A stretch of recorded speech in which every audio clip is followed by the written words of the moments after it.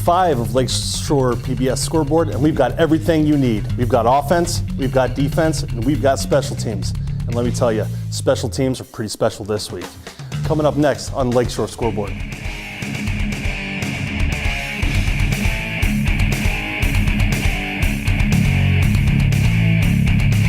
Doing as much as you can, as quickly as you can, is important to me.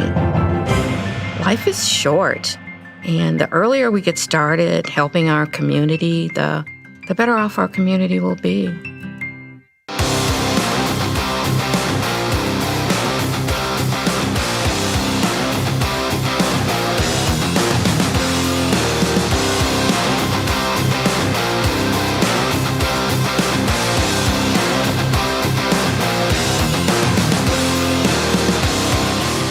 Welcome back to Lakeshore PBS Scoreboard. My name is Ben Kolodzinski. This is Wayne Svetnoff. And Wayne, we had a really exciting week of games, didn't we? We did. We had an exciting week of games, and some went down right to the wire. That's what makes it exciting, right? Of course. And we've got some good special teams plays, and we got some bad special teams plays. Well, someone's going to benefit from That's good, right. and someone's going to benefit from bad. So it's pretty interesting this week, and a lot of excitement. Yep.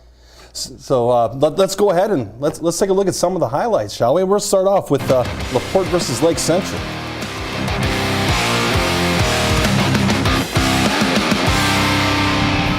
Oh, yeah. The excitement is in the air, Wayne. I love those blue uniforms. Oh, nice blue and and bright. white. All right, we got a nice throw here by R.J. Englund to number 85, Tommy Samuelson. Big game. Look at him. Big game. Nice Cutting back. there. You know, Beautiful. 40, 50 yards there. That's an excellent play. Good way to start the game. Follow that up with a strong run by Kai Jones there. Right. And then some play action to Dylan Salisbury for a beautiful touchdown catch. But from this point forward, it was mostly Lake Central, and Xavier Williams got that started off with a tough run there. Boy, he's an excellent runner. The line did a nice job for him, and like I said, this is Kankakee. Here's another one by Xavier Williams. He runs so hard. It takes the entire defense to put him. I mean, just look at him. It just took the entire defense to take him down. Low to the ground, and he gets his balance really well. Oh, nice and excellent. That's Robbie Rumput there with an excellent interception, stepping in front of the receiver there. Laporte comes back with Trey Begto. Little run there. Yeah, Johnny Sorensen taking a nice, strong run. You know, getting that 3, 4, 5 yards. That's what you need. Nice look at that hole. Look at that hole by the offensive line. Paving the way for the tough running back. And Xavier gets through there right away, and then next play, he scored. Throwing in for 6.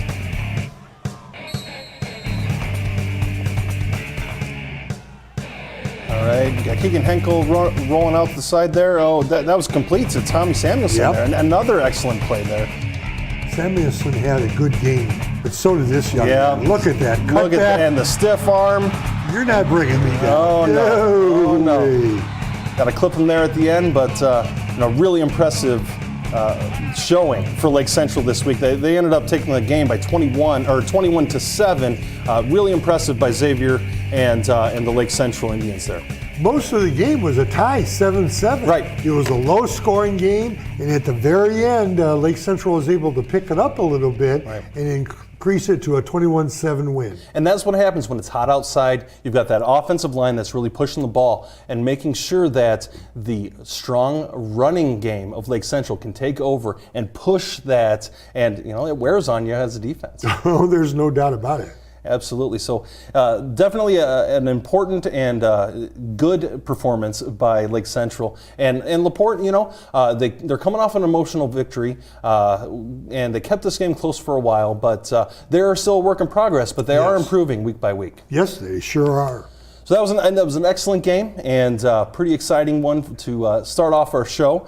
We can move on to the next one here, which was a big one, a rivalry game, one of my favorite games of the year. Valparaiso versus Chesterton. You played in many of I have played in many of these football games, and I tell you what, it's you always keep your eyes peeled for the old Valpo Chesterton game. All right, so that's Justin Clark. He hands off to Travis Davis there. Davis has had a great season so far. And here's Clark running the ball again. So looking good here.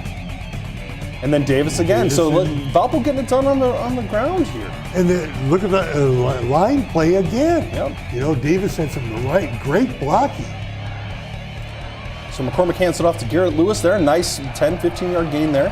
Lewis has had a good season for Chesterton. Nice pass. And speak of Lewis, you got Boswell to Lewis for a touchdown. A beautiful play. Always exciting to get that rivalry touchdown. And Judson Clark, picking up where he left off, running the ball.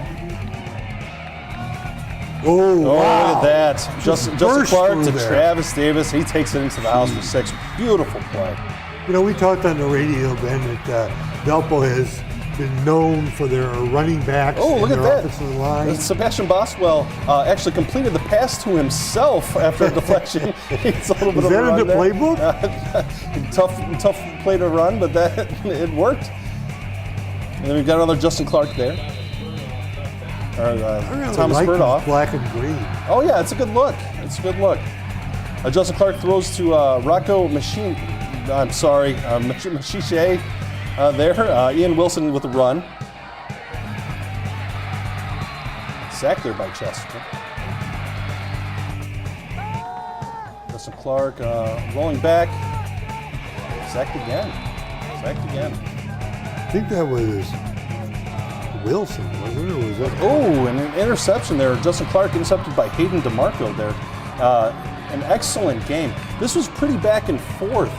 This is another one of those games where there were some special teams issues. A lot of extra points missed. And you get goofy scores like this. 13-19, Valpo holds on, but Chesterton had a shot at the end.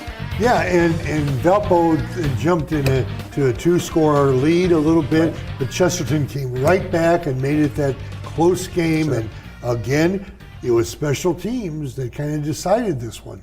Right. Anytime you're in a 1-score game. Now, at some point it was a 7-point game. It was a 6-point game because there were so many extra points that were being missed.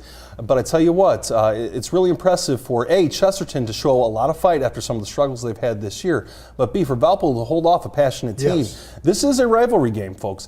And it's definitely a circumstance where these two teams, they butt heads. They're just right down the street from each other. That's right. And these kids know each other. They've been playing against each other for years. And this is one of those passionate games where anything can happen. So pretty impressive by Valpo to be able to hold this one off. Great game and a great night for it too, wasn't it? The weather was perfect. Oh, it was warm. Perfect. It was warm. Yes. Yeah, I like cooler weather. I like that fall, weather.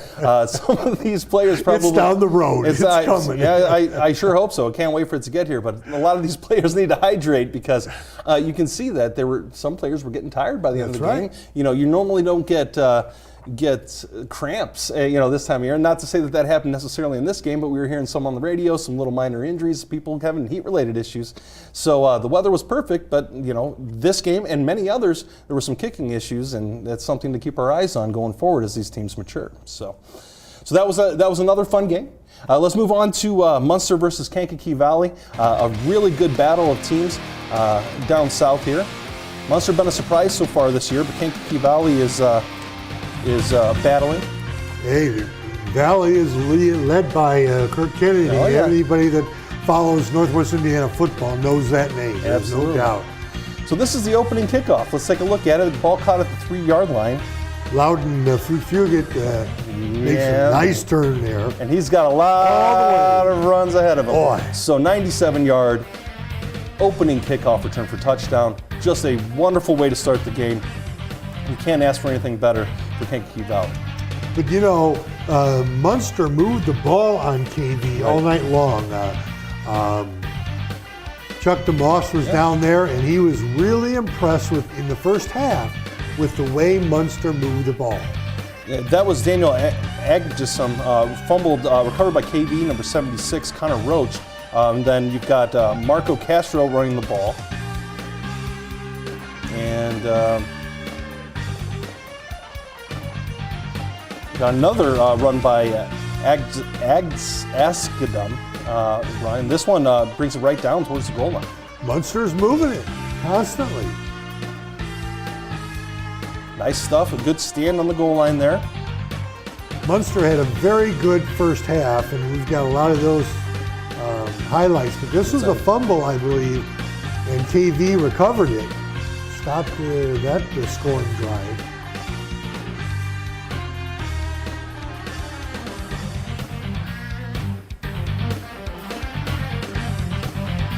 All right, so here's a punt. And if this is the play we're thinking about, another special teams Yeah, look another at that. special Look at teams that. play. Logan Fugit, again, for a punt return touchdown. An excellent play. So he returned a 97-yard kickoff return for touchdown, a 62-yard punt return for touchdown, and look at the score. Yep. 2 special team scores, and here we're at. And that was a second half win for KV. This game was led by Munster early. Right. KV came back after the half, made a couple of excellent defensive plays. They have a very good defense, and they put up nice numbers at the end of the game. What more can you ask for? You've got 2 teams on the rise here in Northwest Indiana battling it out. If it wasn't for a couple special teams plays here, they could have still been playing, in quadruple overtime or whatever it was. Pretty evenly matched teams. And anytime you have 2 evenly matched teams on a nice weather night like this, what more can you ask for? It's just beautiful, perfect football weather. And KV is 4-1 on the season. Right. And that is an excellent start for a Kennedy team. That is an excellent start for a Kennedy team. And what happens next week? They're at Lowell. They're at Lowell. At the Inferno. And for those of you who don't know, I think we've already mentioned it today. Kirk Kennedy won a state title at Lowell in 2008, I believe. Right. And with that being the case, it's going to be a very interesting welcome home for him next week. It's going to be an interesting game. But after all, he is a legend in the community. I think it'll probably be a warm reception, but that doesn't mean the teams aren't going to be extra motivated to maybe show big. Kirk Kennedy what he big. left. So very interesting. It's going to be a big game next week. So very exciting, very exciting. All right, so let's go on. Let's move on to Portage versus Crown Point. Crown Point, our #1 team in Northwest Indiana, and they look strong. They really look strong tonight. Their defense has just played so well. Look at that hole that Huge line, Guadagno number with the 20, touchdown run. Tommy Gordano. Yeah. J.J. Johnson, I'll show it wide open for the touchdown. That's to Seamus Molaski. Wonderful name. And, from what our radio correspondent said, this was really the J.J. Johnson show. But Portage showing some skill here, getting the pass out on time. Those were to Jojo Mabone and Keon Andrews. We got a run by Josh Eberly there. Nice, strong run. Another one. Taking advantage of that left side of the line. Boy, they are just blowing people out of the hole there. Johnson pass here, right there down center of the field. I think he was down by contact there. There's Johnson again. Takes it in. I mean, he's just taking these games over, and he's such a good athlete. And then again, Portage moving the ball a little bit here. Really nice run there by Kraft. Yeah. Another catch by Jojo Mabon there.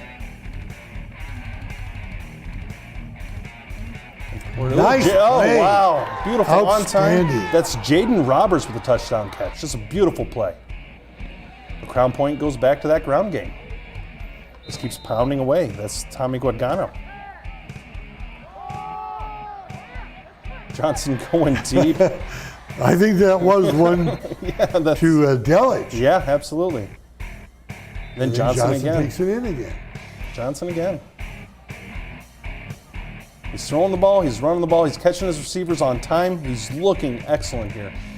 And here he is. Landon Delich has really looked good. Absolutely. And Johnson again with another run. He's going to tuck it and go. There it is. Looked for the pass, tucks it, gets some good gains, pushing it down into the red zone there where yards are hard to come by. And finished off by Tommy Guadagno. 42-7 here, Crown Point. Not exactly an unexpected score. No. Crown Point's awfully tough. But I'll tell you this much. Portage showed some fight. You can see in those highlights there. They tried to keep it close early in the first half. Only a couple score difference in the first half. But the the strong line of Crown Point just wore Portage down and just made it so that they could run the ball and make that score inflate by the end of the game. And their defense, really stepped up. They limited Portage for most of the game, and that was a situation. Portage only scored 1 touchdown. Crown Point really played well defensively. Sure. No mistakes, no big give-ups, and I really think that Crown Point is really set for next week. Probably our game of the week. I would And imagine. that is Crown Point and Valparaiso. I would imagine that to be the case. Valparaiso has got their feet underneath them. They're really starting to play good football. Crown Point looks really good on both offense and defense. Yes. Valpo's looking really good on both offense and defense. It's really going to be a power versus power team. A lot of running, a lot of rushing yards. It's going to be interesting to see how that one goes. I'm really excited for that one. Anytime that my Valpo Vikings can be the game of the week is always a plus for me. But I'm really impressed here with the Crown Point Bulldogs. That's going to be a fun one next week. So not to look ahead. We still got other games that we need to go over. Oh yeah. Never look ahead, youngins out there. Let me teach you a lesson here. So let's go over some scores here throughout the night. All right, we've got North Newton falling to West Central 42-0. West Central really came on. They lost last week, their first loss in the season. That was a beautiful score for them to bounce back, and they're in the little 5 of our poll. Really tough game today. Boone Grove falling 22-21 on Wheeler. We've got Calumet 48-8 over East Chicago. And Hanover Central is just putting points on the board like crazy. They're 47-7. Let's not run their defense short. They're playing excellent defense as well. So Highland 7 and Drain 42. They're bound, boy, and Drain's starting to make their move. That's the time. It's what they do. All right, so Lake Station 6-0 over Bishop Knoll. Not a lot of points scored there, but still a tight ball game. And this was a good ball game for most of the game. Merrillville came out with a 31-10 victory, but early on it went back and forth a little bit. Right. But Merrillville is so darn strong. Morton Westside, I believe that That's game a is Saturday game, so no score there. Hammond Central 46 over Pioneer 22.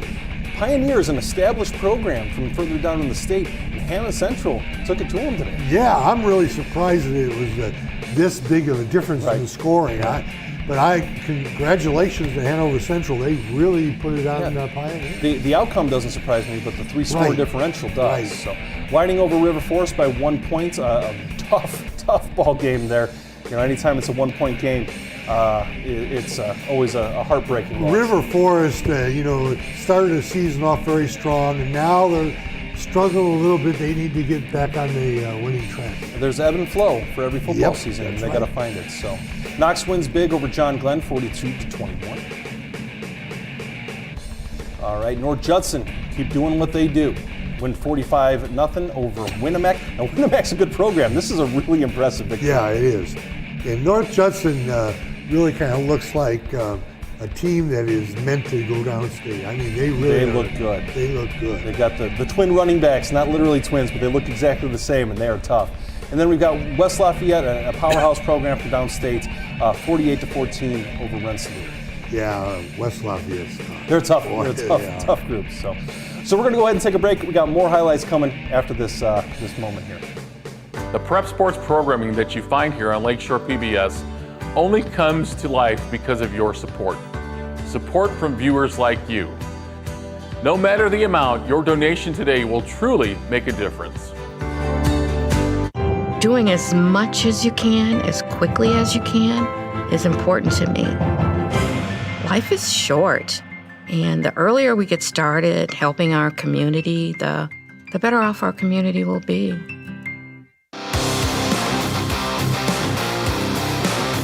Prep football is back, and Lakeshore PBS Sports has all the action. Coverage starts at 6 p.m. on 89.1 FM. Join the crew from Game Night for pregame analysis and live updates from across the region. At 10:30, switch over to Scoreboard, where you'll get highlights, final scores, and insight into the full slate of games. Lakeshore PBS Sports is your one-stop shop for everything prep football. All right, welcome back to Scoreboard. We had a really good game of the week today, one that came down to the wire. Yes, sir. And it is a game between two rivals that know each other well. There's no love lost between this one, and it's at the Inferno. And those fans down there, the Red Devil pride, they really like to bring it. So They do. know there was a lot of excitement there. And two teams that know each other, familiarity breeds contempt. Oh, that's for sure. So let's go to some highlights for Hobart versus Lowell. A tough, run-heavy game today. The Inferno. Marching the band, band, my all right. favorite.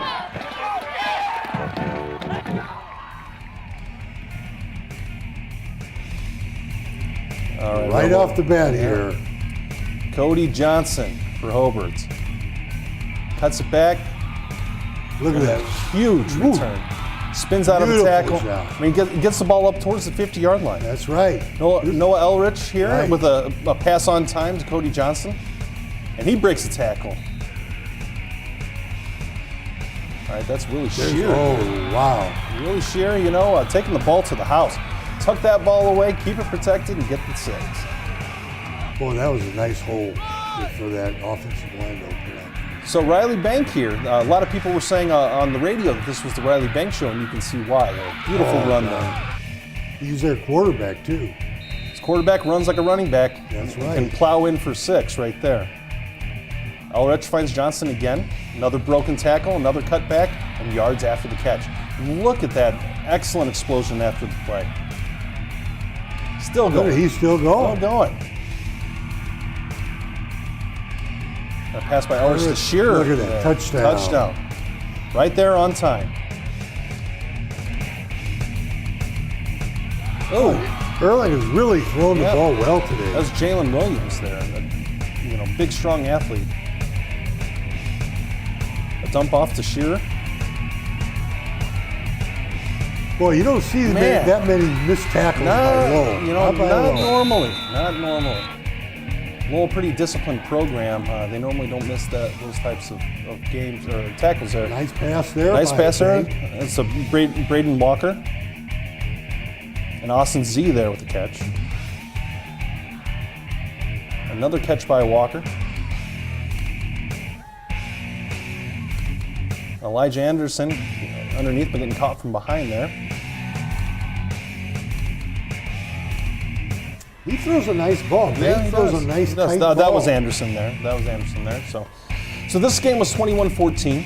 Hobart actually controlled for a big portion of this game, but Lowell had the ball at the 14-yard line as time expired, essentially, to tie this game up. Yeah. This was a back-and-forth contest, and at one point we thought that Hobart had the opportunity to close this one out, but Lowell fought back.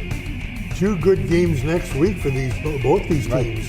Andrean and Hobart, and KV and Lowell. KV and Lowell will be a real contest. Oh yeah, there's going to be a lot of emotion for that Oh, one. yeah. But for this game, I really am impressed by the fight that Lowell showed. Yeah. Being primarily a running offense and being down by multiple scores in the second half, oftentimes you can discount some teams like that. And Lowell, they came back. And they came back with the pass. So, that's not normally what you would think a Lowell team would do, but they really banked did a nice job with throwing some tight spirals right into the spot. Riley Bank carrying the team as best he right. could, but Hobart came out on top. So let's go ahead and let's take a look at some scores here. All right, North Newton falls to West Central 42-0. Yep, and I like the fact that they bounced back. I really think that West Central's had a very good season, just one loss on the season. All right, Calumet 48, East Chicago 8. Hanover Central putting up big numbers. Right, as they do. Highland 7, Andrean 42. Andrean starting to get that momentum coming their way. Yeah, they really are, and they're prepared for Hobart next week. There's no doubt. Oh, for sure. Lake Station, no low-scoring game. Lake Station comes out on top.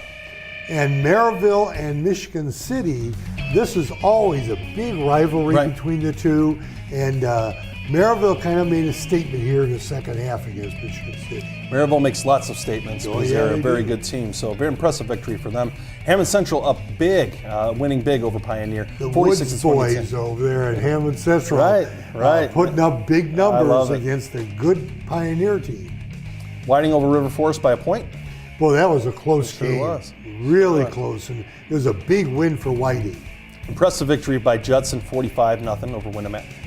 And West Lafayette, defeating Rensselaer. And West Lafayette has a really strong team. They are the bane of many Northwest Indiana teams' existence here. Chesterton 13, Valparaiso 19, a close game. Valparaiso held on at the end. And Chesterton had a shot. They sure did. They really had a shot here, and but Valpo's, give credit to Valpo's defense. Munster and KV wins by 2 scores, 30-14. That's kind of a deceptive score because Munster basically won the first half, but you got to play 2 halves to win the game. Laporte over Lake Central, or Lake Central over Laporte, I apologize, 21-7. Yeah, and Lake Central came back. This was a 7-7 ball game most of the night, but Lake Central and Xavier Williams kind of put the winning touches on it in. All right, thank you for joining us for another week of Scoreboard, and we're looking forward to seeing you next week. Doing as much as you can, as quickly as you can, is important to me. Life is short, and the earlier we get started helping our community, the better off our community will be.